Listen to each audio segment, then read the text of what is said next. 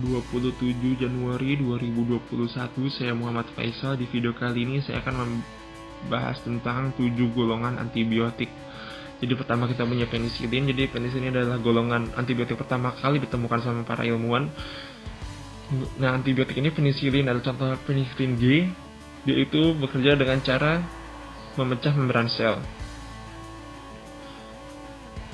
Nah, penisilin ini banyak bakteri yang udah resisten terhadap penisilin, maka para ilmuwan mereka melakukan research dan mereka menemukan namanya ampicillin, yaitu antibiotik yang bekerja pada gram positif dan gram negatif. Kalau tadi penisilin cuma gram positif, sedangkan ampicillin dia bekerja untuk gram positif dan gram negatif. Kenapa bisa? Karena kalau penisilin ini dia bentuk molekul terlalu besar, jadi dia cuma bisa gram positif yang dimana dia hanya punya satu membran sel. Sedangkan kalau gram negatif dia kan punya dua membran sel. Nah, ampicillin yang bisa dia itu bentuk molekulnya lebih kecil. Tapi karena udah banyak juga bakteri yang resisten terhadap ampicillin, maka para ilmuwan mencari lagi dan menemukan namanya methicillin. Tapi bahkan udah banyak juga bakteri yang resisten terhadap methicillin. Dicari ada namanya Streptococcus aureus, methicillin resistant Streptococcus aureus. Mereka itu tahan terhadap methicillin yang tadi. Jadi para ilmuwan mereka mencari lagi namanya vancomycin. Itu tadi yang golongan penisilin yang punya cincin beta lactam. Sekarang kita membahas tentang, kita masuk ke golongan aminoglycoside. Jadi ini adalah antibiotik juga yang dia spesifik gram negatif. Nah, aminoglikosida ini bekerja dengan cara sintesis, dia menginhibisi ribosom 30S pada bakteri. Kan ada 3 pasangan 30S sama 50S. Nah, dia ini cuma bekerja pada bakteri, nggak pada manusia. Kenapa? Karena kalau pada manusia itu pasangannya adalah 60 sama 40. Sedangkan kalau bakteri 50 sama 30S.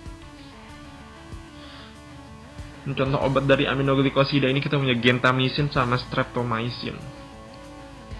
Nah, sekarang kita golongan ketiga, kita punya cephalosporin. Jadi cephalosporin ini adalah antibiotik yang bekerja pada gram positif dan gram negatif.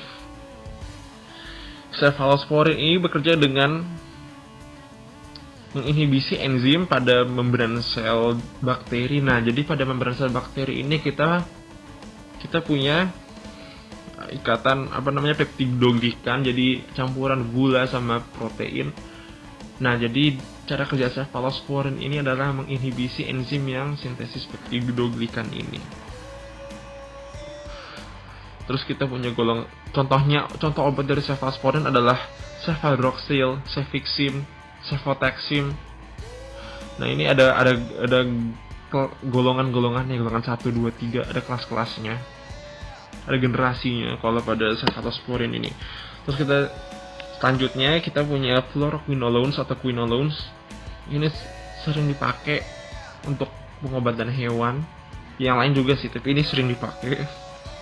Ini jadi fluoroquinolones ini bekerja pada gram positif dan gram negatif. Cara kerjanya adalah menginhibisi topoisomerase pada bakteri. Pada DNA kan disintesis jadi protein. Nah, dia juga menginhibisi enzim yang itu juga. Contoh obatnya adalah kalau pada manusia kita punya ciprofloxacin, tapi kepada hewan kita punya enrofloxacin, biasanya kalau nama dagangnya Bactrial. Terus kita punya juga marbofloxacin, mungkin marbosil deh kalau nama obatnya. Ini kalau pada hewan ini pakai untuk infeksi saluran pernafasan sama saluran kencing ya, UTI. Oke, itu fluoroquinolones, golongan quinolones. Sekarang kita punya sulfonamides. Jadi sulfonamides ini antibiotik yang bekerja pada gram positif dan gram negatif. Cara kerjanya adalah dengan inhibisi sintesis folat. Jadi kalau kita manusia kita punya folat dari makanan kita, sedangkan bakteri mereka butuh sintesis untuk asam folat ini. Nah, secara kerja sulfonamides mereka menginhibisi enzim yang mensintesis folat pada bakteri. Contoh obatnya adalah sulfometazol sama sulfometoxazol. Itu cuma dikit sih contohnya, tapi ada banyak sebenarnya. Aku cuma bawa dua contoh. Terus sekarang kita punya antibiotik golongan tetrasiklin. Ini golongan ke-6 yang kita bahas. Dia ini bekerja pada gram positif dan gram negatif. Cara kerjanya adalah inhibisi ribosom 30S pada bakteri. Kan pasangannya 30S sama 50S, dia 30S.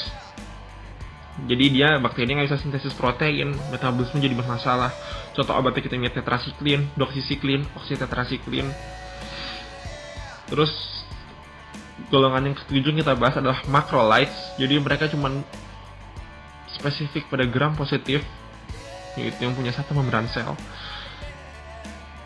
Cara kerjanya adalah inhibisi enzim yang sintesis protein yang tadi, yang 50S, ribosom yang 50S spesifik ya, gram positif, ribosom 50S. Contoh obatnya kita punya erythromycin sama contoh obatnya kita punya erythromycin yang sering dipakai. Sekian kali ini videonya. Terima kasih udah mau menonton. Assalamualaikum warahmatullahi wabarakatuh.